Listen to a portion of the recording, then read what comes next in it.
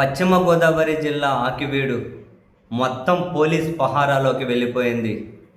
ఎక్కడ చూసినా పోలీస్ పికెటింగులు. ఆ ప్రాంతానికి చెందిన సామాన్య జనం రాకపోకలు కూడా పూర్తిగా రిస్ట్రిక్ట్ అయిపోయాయి. ఆకివీడు పెద్దపేట వెళ్ళే ప్రధాన మార్గంతో పాటు చుట్టుపక్కల ప్రాంతాలన్నీ కూడా పోలీస్ కంట్రోల్లోకి వెళ్ళిపోయాయి. ఆ మండలం మొత్తం 144 సెక్షనే విధించారు. ఎవరిని జనాలను బయటకు రానివ్వడం లేదు, అత్యవసరమైతే తప్ప. చాలా ఉద్రిక్త వాతావరణం నెలకొని ఉంది. కారణం డిప్యూటీ స్పీకర్ రఘురామకృష్ణంరాజు గారు.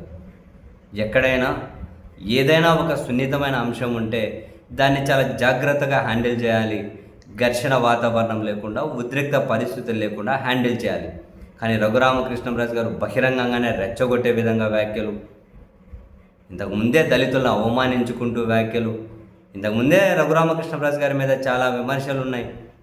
ఏదో ఏమంటారు రోడ్ వైండింగ్ అని ఇంకొకటి అని చెప్పి కావాలని కొన్ని వందల ఇల్లు కూల్చేశారు అని, దళితులను అవహేళనగా మాట్లాడుతూ ఉన్నారు అని రకరకాలుగా. మరి ఒక ప్రాంతంలో అక్కడ గుడి అని చెప్పి, రాముని గుడి అని చెప్పి వెళ్ళారు. సరే, అటువంటి విషయాలు లేవు.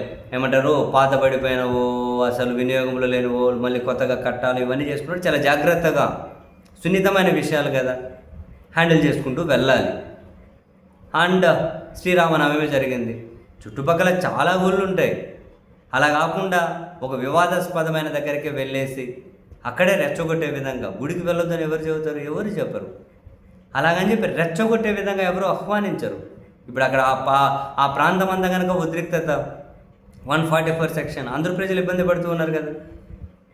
అది అందరూ ఇబ్బంది పడుతూ ఉన్నారు కదా. ఎందుకు ప్రజల మధ్య ఇంత విభేదాలు? ఎందుకు ప్రజలను రెచ్చగొట్టడం? ఎందుకు? ఏం ప్రయోజనాల కోసం? ఎవరి ప్రయోజనాల కోసం?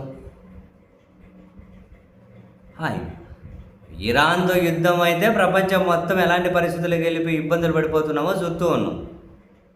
అటువంటి విద్వేషపూరితమైన పరిస్థితి లేకుండా అందరూ కూడా సవ్యంగా ఐక్యంగా ఉండాలి అని ప్రధాని దగ్గర నుంచి అందరూ కనుక నెత్తినోరు మొత్తుకుని చెబుతూ ఉన్నారు.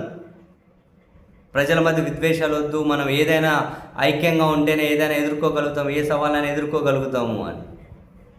కానీ ఇక్కడ ఇంత సెన్సిటివ్ ఇష్యూని హ్యాండిల్ చేసే విధానం ఉండదా? బహిరంగంగా రెచ్చగొట్టాలా? ప్రతి సవాళ్ళు విసరాలా?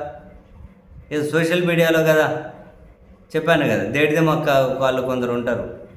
అటువంటి వాళ్ళలాగా డిప్యూటీ స్పీకర్ గారు లాంటి వాళ్ళు ఉండొద్దు కదా. ఏదైనా చాలా సున్నితంగా హ్యాండిల్ చేయండి. ఇంత రెచ్చగొట్టే వాతావరణం ఎందుకు? ఘర్షణపూరిత వాతావరణం ఎందుకు? ఇప్పుడు ఆ పరిస్థితి అంతా పోలీసు కంట్రోల్లోనే ఉంది.